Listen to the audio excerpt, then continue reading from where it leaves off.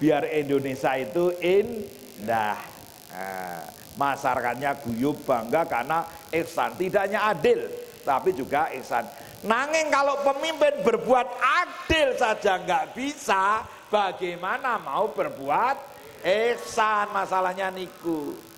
Maka adil itu wajib untuk semua pemimpin dilaksanakan. Pertama, perintah Allah kepada Nabi Daud, King David, gitu. David itu Daud. Kemudian perintah yang kedua adalah napa Bapak Ibu? Allah ngendika wonten Al-Qur'an adalah wala tattabi'il hawa.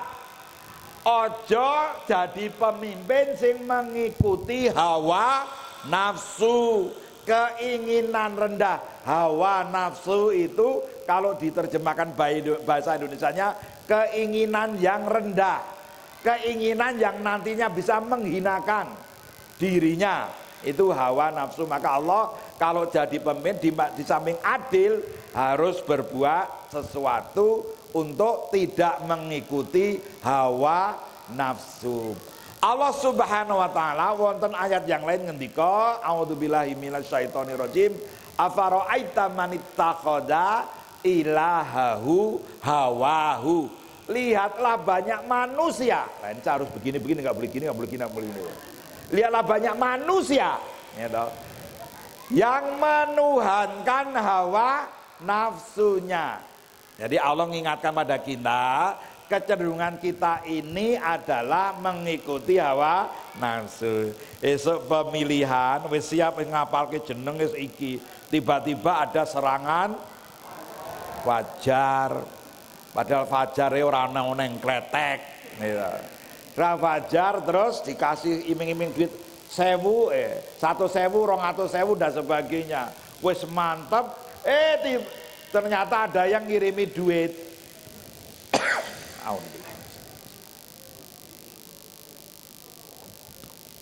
Nah ibu-ibu, jenengan ajeng nompo duit atau tetap milih dengan hati nurani?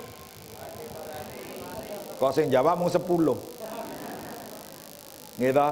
Nompo duit 100 nggo jajan bakso wong 4 entek. Ning nasibe jenengan 5 tahun wis nanggung dosa mung 100.000, nasibnya 5 tahun gitu diserahkan pada orang yang sekedar ngasih duit untuk memilih dirinya. Gitu. Bapak Ibu, gitu. Ada yang ngajarkan tomponen duitnya ning aja dipilih sing ngeki.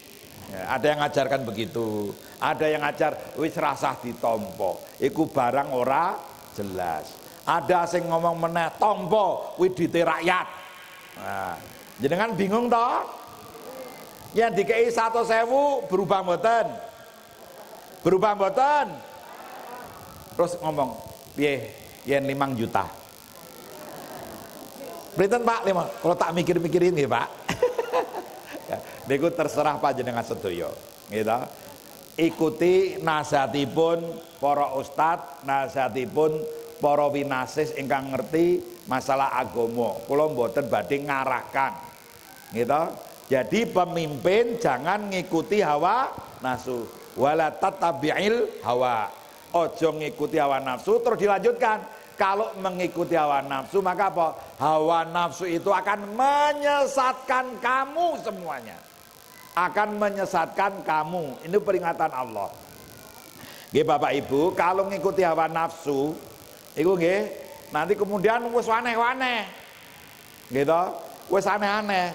Kudune ora oleh dadi oleh. Karena apa? Mengikuti hawa nafsu. Nafsu diri. Ada nafsu istri. Bapaknya, suaminya nggak mau, tapi istrinya bernafsu. Akhirnya korupsinya lewat istri, akhirnya suaminya ditangkap. Itu kasus ketua MK yang asalnya dari Kalimantan Barat. Bapak-bapak mungkin masih ingat. Dari ditangkap istrinya, terbongkarlah korupsi suaminya. Niku lho Bu, berarti apa? Sing bujui ternyata istri itu dia punya hawa nafsu. Istrinya enggak, bapaknya enggak, tapi demi anaknya akhirnya menuruti hawa nafsu. Gitu Pak. Demi anaknya akhirnya mengikuti hawa nafsu. Jadi maka Pak, anak itu ujian, istri itu juga ujian. Gitu. Al-Quran jelas ngendika anak istri kita itu bisa menjadi ujian bagi kita semuanya. Bapak apik, ibunya baik, gara-gara terlalu sayang sama anaknya, akhirnya mengikuti hawa nafsu.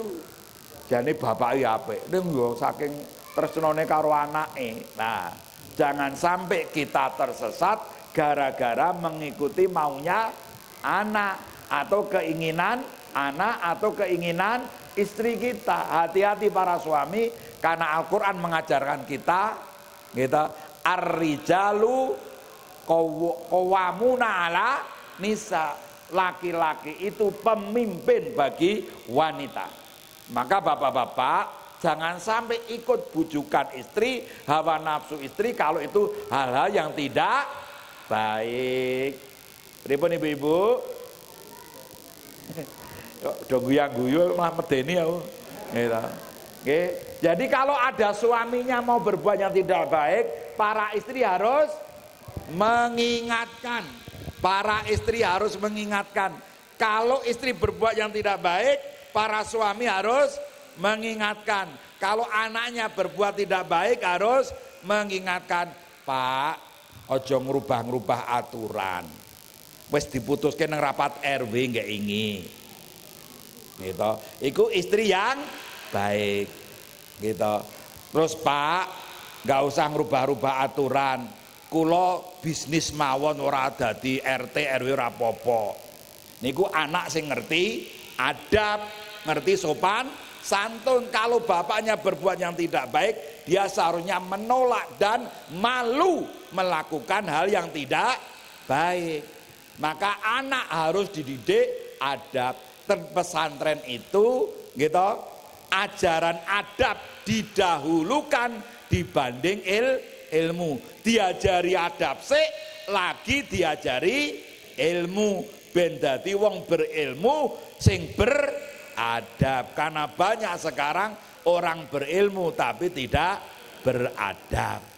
Nah, ini pengajian malam ini rodok serius pokoknya. Ya, kalau biasanya guyonan. Gitu. Karena ini akan saya pertanggungjawabkan kepada Allah. Jamal, kowe wis ngeling kerung kanca-kancamu, saudara-saudaramu sesuk arep nyoblos tanggal 14. Gitu. Yang selanjutnya Bapak-bapak, contoh kepemimpinan yang diinginkan Allah wonten Quran surah Muhammad ayat 22 23. Fahal asaitum intawallaitum antufsidu fil ardi wa tuqatti'u arhamakum ulaikal ladzina la'anahumullahu fa asammahum wa a'ma absarahum. Allah mengingatkan dumateng kita. Kalau waos nanti enggak dikira hoax.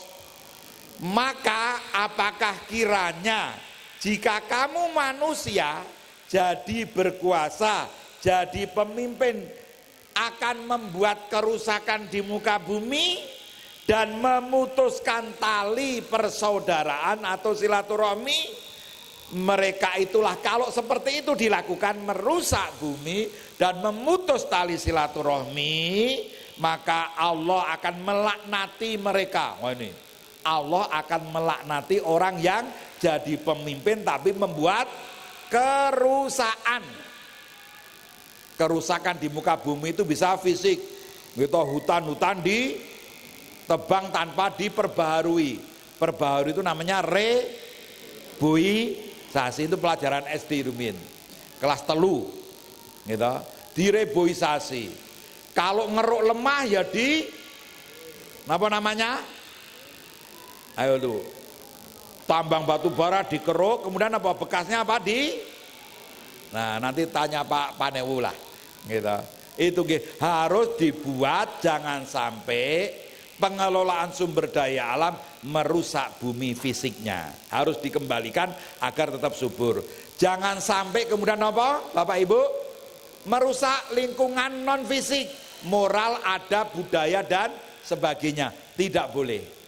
Maka harus tidak boleh membuat kerusakan di muka bumi. Pak RT, Pak RW, Pak Lurah dan sebagainya, kalau ada got mampet, mari gotong royong dibersihkan. Ono niki bareng meniki kan gambar-gambar kudu hilang gitu. Bagaimana kita gotong royong semuanya gitu, gambar-gambar gek resik tertib ben kampung-kampung indah kembali. Pasangan iku wis siap jungkir balik untuk rakyat. Sampai gambarnya fotonya jempalik. Nah, niku bar kepilih terus nanti nomor HP ini ganti, dihubungi ra iso-iso. Gitu. Sing kepilih lali, sing ra kepilih edan. Nah. Ojo nganti nggih. Kalau di sini ada para caleg, kalau nanti kok kepilih beristighfar, mohon petunjuk Allah agar jadi caleg ya, jadi anggota dewan yang baik, yang mencintai rakyat, yang memperjuangkan rakyatnya. Kalau jadi presiden dan wakil presiden, mencintai rakyatnya, memperjuangkan rakyatnya. Siapapun nanti yang kepilih, yang menang silahkan. Itu yang pertama, jangan sampai berbuat kerusakan di muka bumi. Alhamdulillah Pak Polisi itu luar biasa gitu. Di Jogja ini perang melawan nomor nomor jenis. Nah, brong niku di seluruh Indonesia. Pak Dan Ramil beserta para babinsannya nggih keliling menertibkan. Lu namanya Pak Tentara, Pak Polisi itu keliling aja iku wis rumangsa ayem. Kalau rek gesih dinas ya keliling-keliling niku. Keliling-keliling.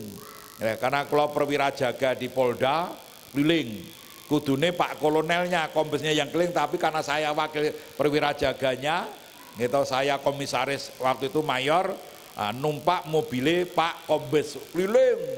Kadang-kadang acak ke Depok kemana-mana, mampir polsek dan sebagainya. Wah, lewat saja dihormati. Padahal isinya bukan kombes itu, isinya orang berbobot itu.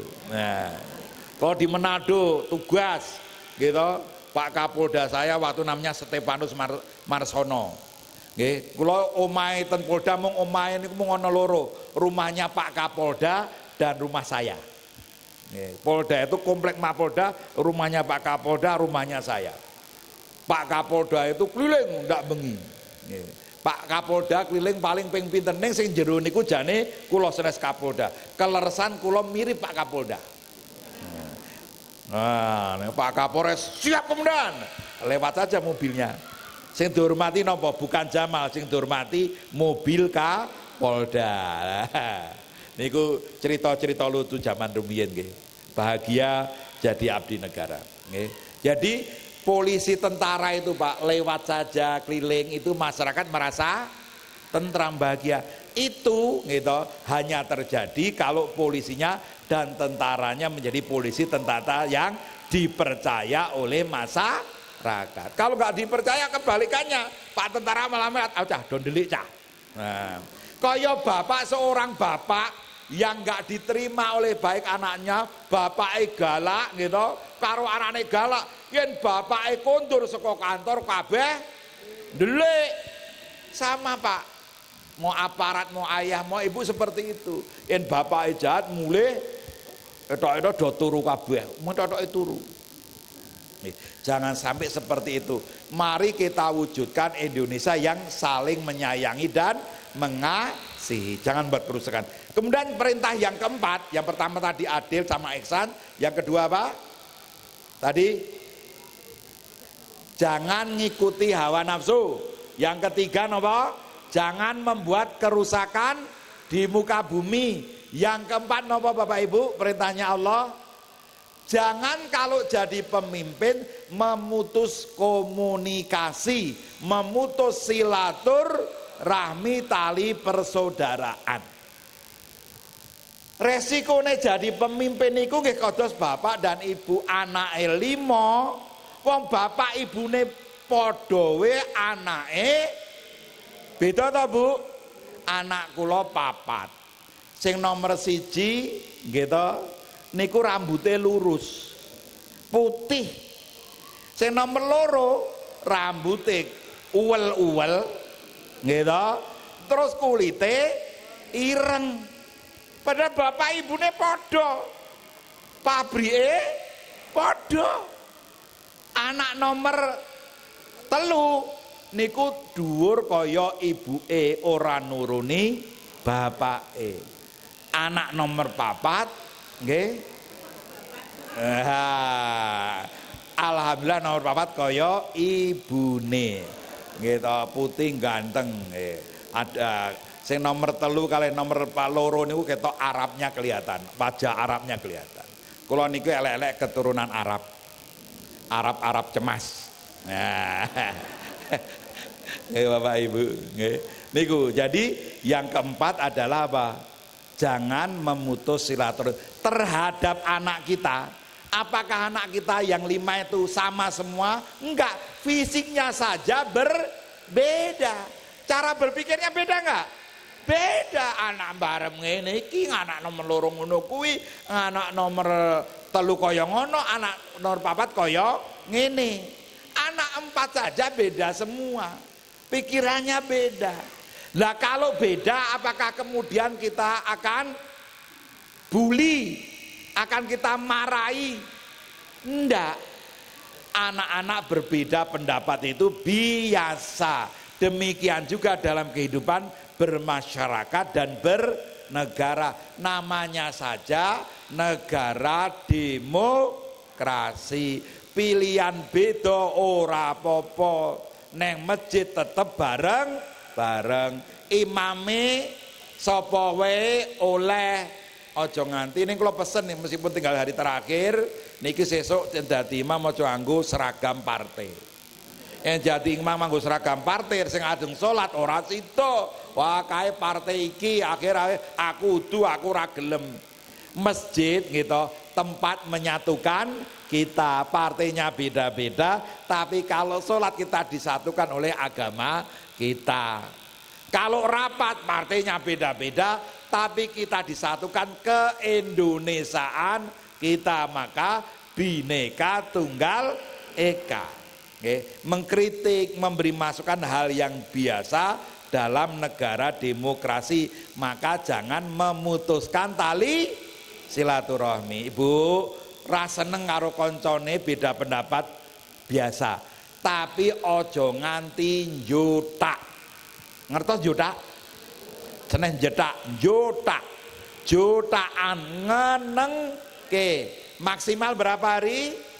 3 hari. Kalau bisa rasa nunggu 3 hari. Itu sehari. Kalau esok rasa nunggu sehari. Bar padu neng rapat terus yuk ngapura yo aku mau emosi. Emosi kok ndak sasi. Nah, niku kan emosi gitu, saling memaafkan, jangan sampai dibawa tidur. Kenapa 3 hari? Setelah kalau pelajari sebagai orang yang belajar ilmu jiwa, kalau sampai masalah dipendem sampai 3 hari itu biasanya masuk dalam alam bawah sadar, semakin sulit untuk melupakan, seperti sulitnya melupakan mantan. Gitu ya, manten. Nih Bu, jadi kalau nggak seneng ojo nganti jutaan. Kalau jutaan maksimal 3 hari. Kalau bisa rasa 3 hari. Begitu selesai rapat, nih salam. Termasuk Bapak ranting.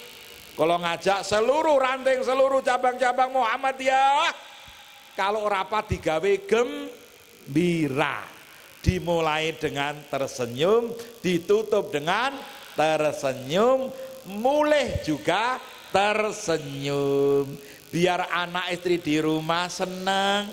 Bapak kian bar rapat Muhammadiyah, bar ngaji Muhammadiyah, tekan ngomah sumringah seneng le komelo Muhammadiyah kaya bapakmu kae ben atine seneng. Nek bar kok ngaji Sabtu Pahing, bar rapat Aisyah rapat Muhammadiyah mulih do besengut, malah ngunek-ngunekke bojone, ngunek-ngunekke anake, le nduk aja kaya bapakmu, rasa melok Muhammadiyah. Hasilnya ya kaya bapakmu kae. Setiap mulai acaramu nesu-nesu. Jadi malam ini pulang pengajian tersenyum pada suaminya. Siapa ibu-ibu yang berangkat ngaji dengan suaminya angkat tangan? Siapa yang ibu-ibu berangkat ngaji dengan suaminya angkat tangan. Siji loro telu papat limo. Mung limo. Bapak-bapak sing ngaji kalih garwanipun angkat tangan. Bingung aku. 8. Lah kok kene mung 5 iki lho. Berarti ada ibu-ibu yang ngaji ora tekan gone kuwi. Biasane Pak, yang kula tekok ini kula tangleti niku, siapa bapak yang berangkat ngaji sama istrinya? Itu biasane bapak-bapak misalnya 15, ibu-ibu 18. Selalu lebih banyak wanitanya. Ya mung terjadi di kretek ini, bapak-bapaknya lebih banyak. Kalau ibu-ibunya lebih banyak, ada kemungkinan seorang bapak bawa lebih dari 1. Niku masuk akal kan? Masuk akal. Kados ketua ranting Muhammadiyah Gunung Pring Muntilan, itu ketua rantingnya paling maju se-Indonesia nomor 1. Terus nama Pak, ranting ini ngasih hibah